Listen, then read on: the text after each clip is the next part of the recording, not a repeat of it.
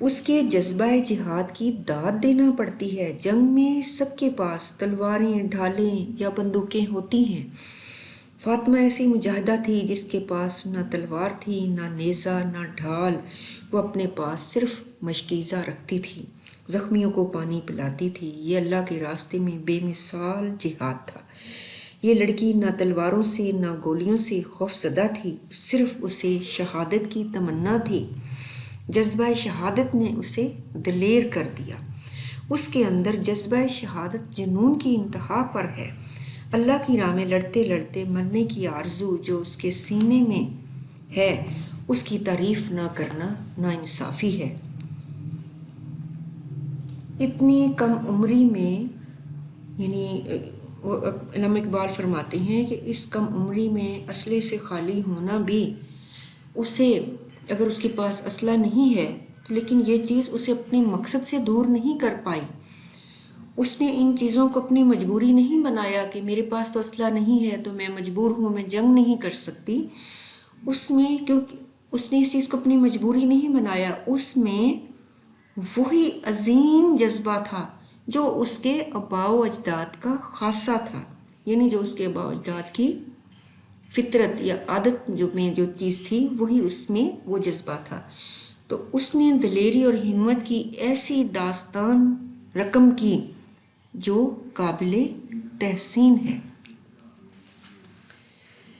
اب اس میں ہم یہ شعر بھی حوالے کا لکھ سکتے ہیں۔ تیرا عزم قابل دید تھا، تیرا حوصلہ تھا جواں بہت، نہ عدو کا تھا کوئی ڈر تجھے، نہ قضا کا خوف تھا فاطمہ۔ اب اس میں ایک اور حوالے کا شعر جو آ سکتا ہے وہ ہے، شہادت ہے مطلوب و مقصود مومن، نہ مال غنیمت نہ کشور کشائی۔ تو یہ دو تین شعر جو ہیں اس میں حوالے کیا آ سکتے ہیں۔ میدان جنگ میں افراد نہیں لڑتے بلکہ جذبے لڑتے ہیں۔ جنگی ساز و سامان کامیابی کی ضمانت نہیں ہوتا، بے سر و سامانی کے عالم میں لڑنے والے مجاہدین کو بھی اللہ کامیابیاں عطا کرتا ہے۔ بالکل ایسے ہی کہ ننھی مجاہدہ تلوار اور ڈھال کے بغیر میدان جنگ میں گئی اور مجاہدین کی خدمت کی۔ اگلا شعر دیکھتے ہیں۔ یہ کلی بھی اس گلستان خزاں منظر میں تھی، ایسی چنگاری بھی یارب اپنی خاکستر میں تھی۔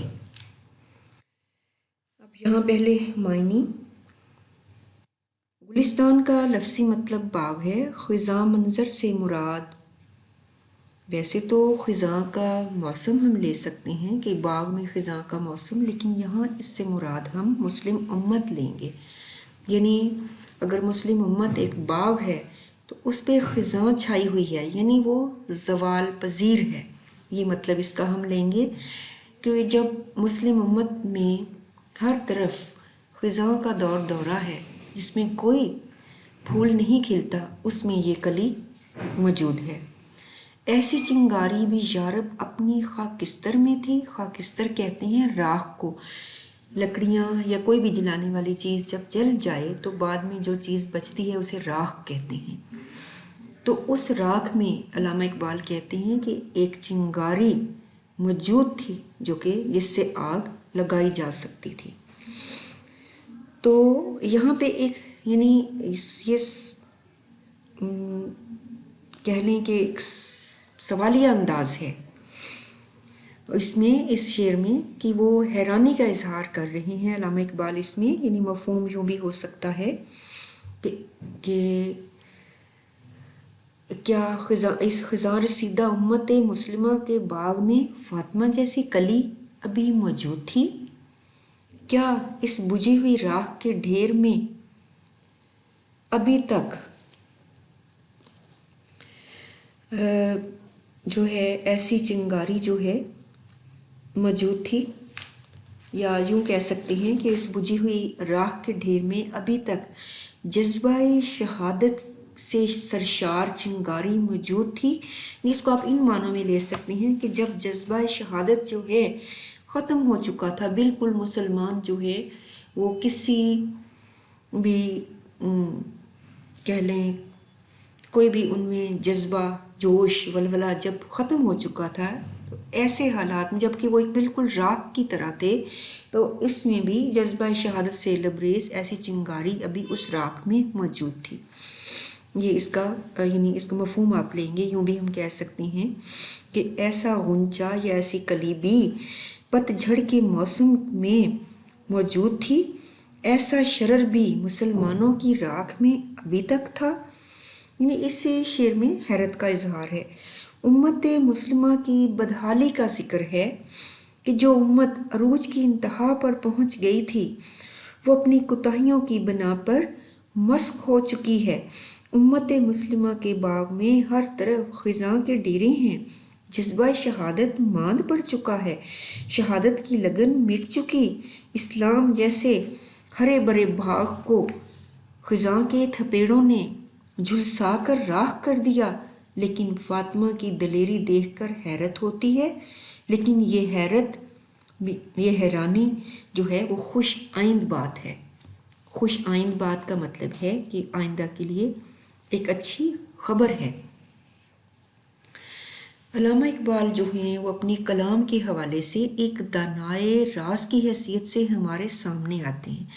وہ قانون قدرت اور انسانی فطرت دونوں سے بخوبی واقف ہیں، اس لیے ہمیں صرف المناک مناظر نہیں دکھاتے بلکہ امید اور آرزو کی کرنوں سے بھی ہمارے دلوں کو زندہ رکھتے ہیں۔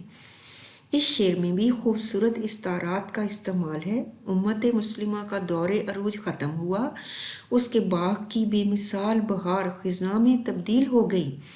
اپنی نااہلی کے سبب اجڑنے والے اس چمن کا منظر دیکھ کر دل خون کے آنسو روتا ہے۔ تاہم اقبال مسلمان قوم کی فطرت سے واقف ہیں کہ جہاں میں اہل ایمان صورت خورشید جیتے ہیں، ادھر ڈوبے ادھر نکلے، ادھر ڈوبے ادھر نکلے۔ اس کا مطلب یہ ہے کہ اگر کہیں ایک جگہ مسلمان زوال پذیر ہیں تو کسی دوسری جگہ وہ یقیناً عروج پہ بھی ہوں گے۔ اقبال کو اس خزاں رسیدہ باغ میں فاطمہ جیسی کلی نظر آتی ہے جو بہار کی علامت ہے۔ انہیں یقین ہے کہ یہ باغ کسی بھی اگر باغ میں خزاں چھائی ہوئی ہو اور ایک کلی نظر آئے تو اس کا مطلب یہ ہوتا ہے کہ ان قریب بہار آنے والی ہے۔ تو یہی یقین ہے اقبال کو کہ یہ باغ دوبارہ سرسبز و شاداب ہوگا، اس کے پھولوں کی مہک ساری دنیا کو معطر کرے گی۔ کلی کے بعد شاعر نے فاطمہ کے لیے چنگاری اور مسلم قوم کے لیے خاکستر یعنی راکھ کا استعارہ استعمال کیا ہے۔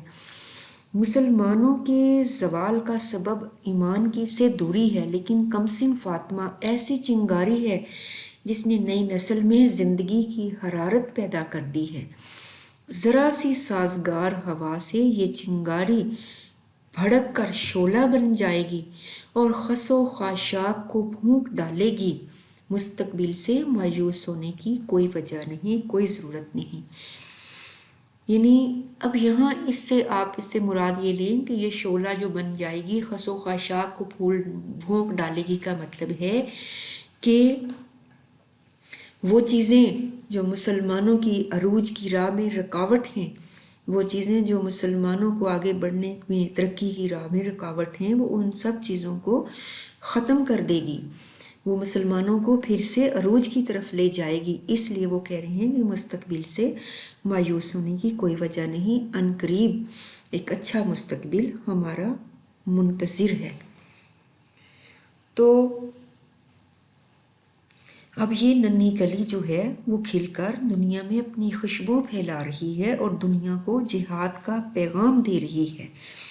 امید کی اچھی باغ میں وہ یہ امید کی نوید دے رہی ہے کہ مسلمان دوبارہ سے عروج حاصل کر سکتے ہیں۔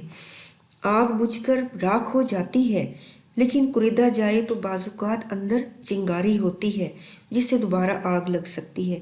تو یہی چیز اقبال بیان کر رہے ہیں کہ مسلم امت جو اب راکھ یعنی بے ضرر بن چکی ہے، اس کے اندر اللہ نے اس چنگاری کو محفوظ رکھا ہوا تھا کہ جیسے ہی راکھ کو ہٹایا جائے گا اندر سے چنگاری برآمد ہو جائے گی جو شعلہ بن کر اہل کفر کو جلا ڈالے گی۔ اس ننھی سی چنگاری نے واقعی شعلہ بن کر کفار کی فوج کو جلانے اور بھسم کرنے کا کام انجام دیا۔ اب اس میں حوالے کے جو شعر ہیں اس میں ایک تو یہ بھی آ سکتا ہے، یعنی پہلے ہم یہ کہیں گے، پہلے تو ہم مسلمان کو کے حوالے سے بات کریں گے کہ کیا حالات ہیں مسلمان کے، کہ بجھی عشق کی آگ اندھیر ہے، مسلمان نہیں راہ کا ڈھیر ہے۔ تو لیکن اس کے بعد وہ فاطمہ کے حوالے سے بات کر رہے ہیں کہ شعلہ بن کے پھونک دے خاشاک غیر اللہ کو، خوف باطل کیا کہ ہے غارت گرے باطل تو، کہ تمہیں باطل کا کوئی خوف نہیں ہونا چاہیے، تو باطل کو غارت کرنے والی ہے۔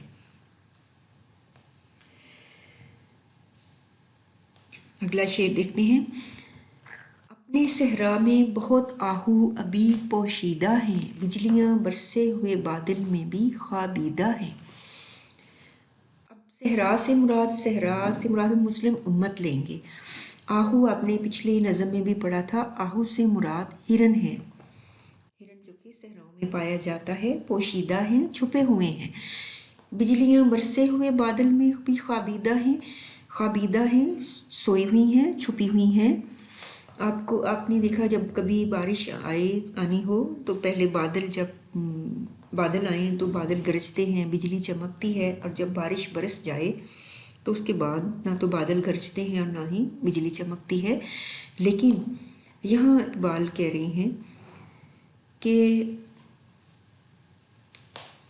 ابھی بھی بے شک بادل برس چکا ہے، اس میں ابھی بھی کہیں نہ کہیں بجلیاں موجود ہیں۔ اب اس بجلی سے مراد ہم نے کیا لینا وہ ہم شعر میں دیکھتے ہیں۔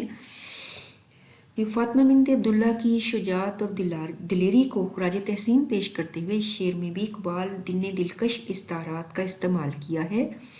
بیابان یا ریگستان میں ہرن کی موجودگی جو ہے وہ زندگی کی علامت ہے۔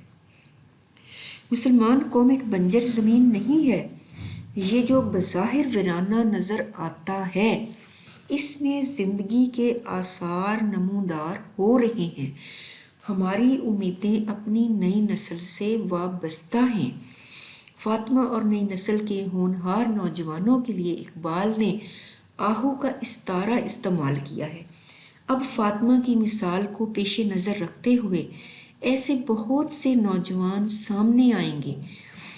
اللہ کی رحمت اور کامیابی اور کامرانی کا جو بادل مسلم امہ پر برس کر بظاہر خالی ہو چکا تھا یا خالی ہو چکا ہے، اب بھی اس میں بجلیاں سوئی ہوئی ہیں جو کڑک کر دشمن پر گریں گی اور اسے پھونک ڈالیں گی۔ فاطمہ کے شوق شہادت نے اس قوم میں زندگی کی حرارت پیدا کر دی ہے، یعنی برسے ہوئے بادل میں جو بجلیاں سوئی ہوئی تھیں ان کو جگا دیا ہے۔ تو غلامی میں نہ کام آتی ہیں شمشیریں نہ تدبیریں، جو ہو ذوق یقین پیدا تو کٹ جاتی ہیں زنجیریں۔ اگر یقین ہو تو پھر کوئی بھی زنجیر جو ہے وہ رکاوٹ نہیں بنتی، تمام رکاوٹیں جو ہیں وہ دور ہو جاتی ہیں۔ صرف جذبہ، شوق اور ولولہ جو ہے وہ ہونا چاہیے۔ یہ جذبہ ہونا چاہیے کہ میں کر سکتا ہوں، میں کر سکتی ہوں یا تم کر سکتے ہو۔ اگر یہ جذبہ ہو تو پھر کوئی چیز ہماری راہ میں رکاوٹ نہیں بن سکتی۔